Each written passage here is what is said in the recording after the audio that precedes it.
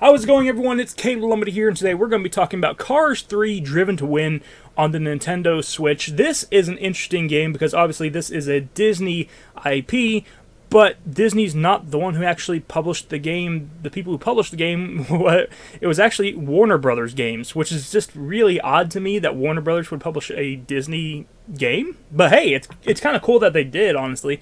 It makes it unique from what I've seen. But I really enjoy this game. This is actually a really fun racing game.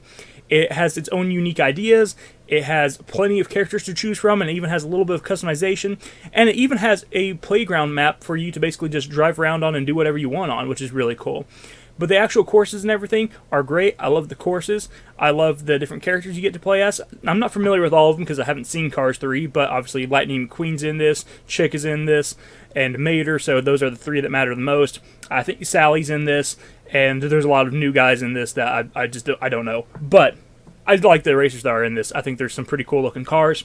And the racing is pretty intense. It actually can be challenging, especially in the beginning when you're first getting used to the controls and learning all the ins and outs of the races and everything you can do in the races.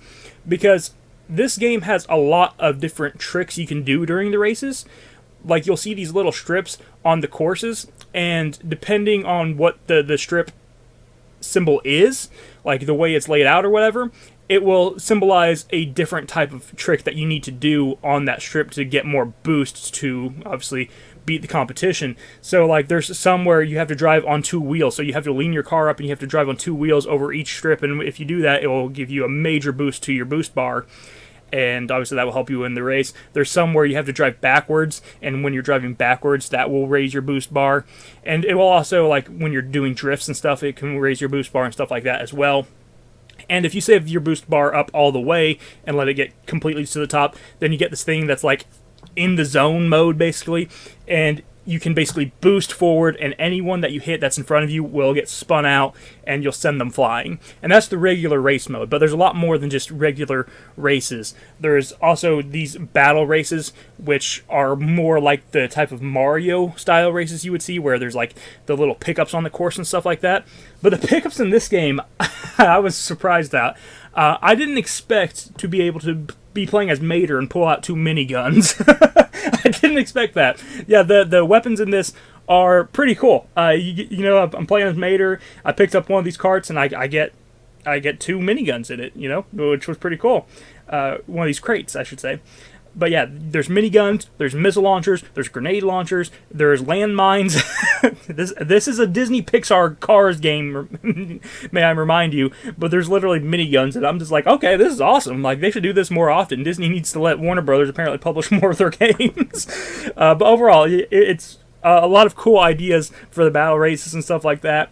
There's no real story mode in this, and there really doesn't need to be. Like, yeah, there's some small cutscenes, but they're pretty irrelevant. You don't have to know the movie to know what's going on. It's basically just like, hey, Lightning McQueen needs to race somebody. Here's the person that he's going to race, and that's the cutscenes. But there's no real story in the game. Basically, how you progress in this game is this Hall of Fame meter, and this Hall of Fame meter has like a bunch of objectives, and each objective that you do during a race will raise your Hall of Fame meter, and as that meter raises, you'll unlock new characters, new customization for your cars, and when I'm talking customization, I'm talking about LEDs that you can put underneath your car, like that LED glow that you can see.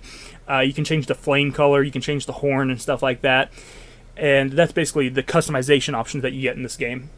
But you got that, and then you can actually unlock boss races by doing the Hall of Fame progression, and the boss races, if you beat the boss, you unlock the character. It's basically how it works. And I actually like how you unlock some of these characters, because some of them actually aren't just like, oh, you know, get the bar to a certain point and you unlock a character. There's actually one character that you have to unlock in the playground mode that they have. There's this playground mode that's just a gigantic map that you can just drive around on. It's like a stunt course. It's think of like a skate park in one of the old Tony Hawk games or something like that. It's just this gigantic open course where you can just drive around, do tricks, and do whatever you want. And there's little missions that you can find around the course or whatever. And you actually have to find these hats.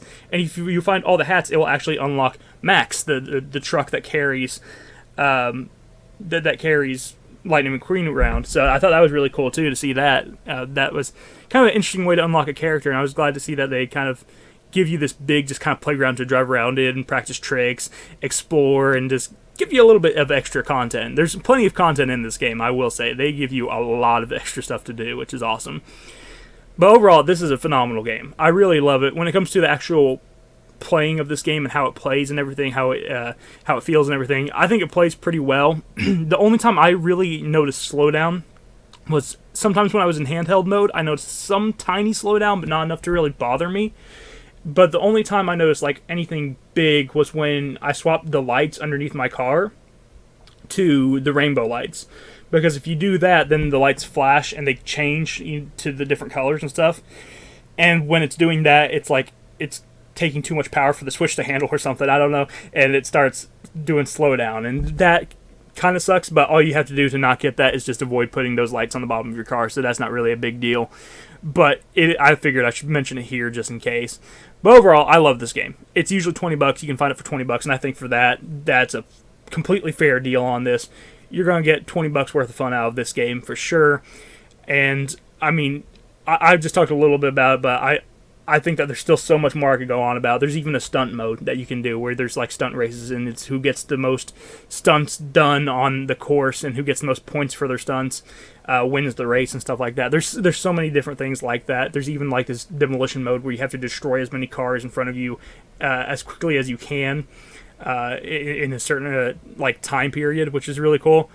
Like I said, there's a lot of content here actually, for especially since this game's going for like $20 now. If you can find this game for $20, definitely pick it up. If you can find it for even cheaper, then hey, that's even better. Pick it up. It's definitely worth your time. It's definitely worth the $20 to play it, and I definitely think that you will enjoy it.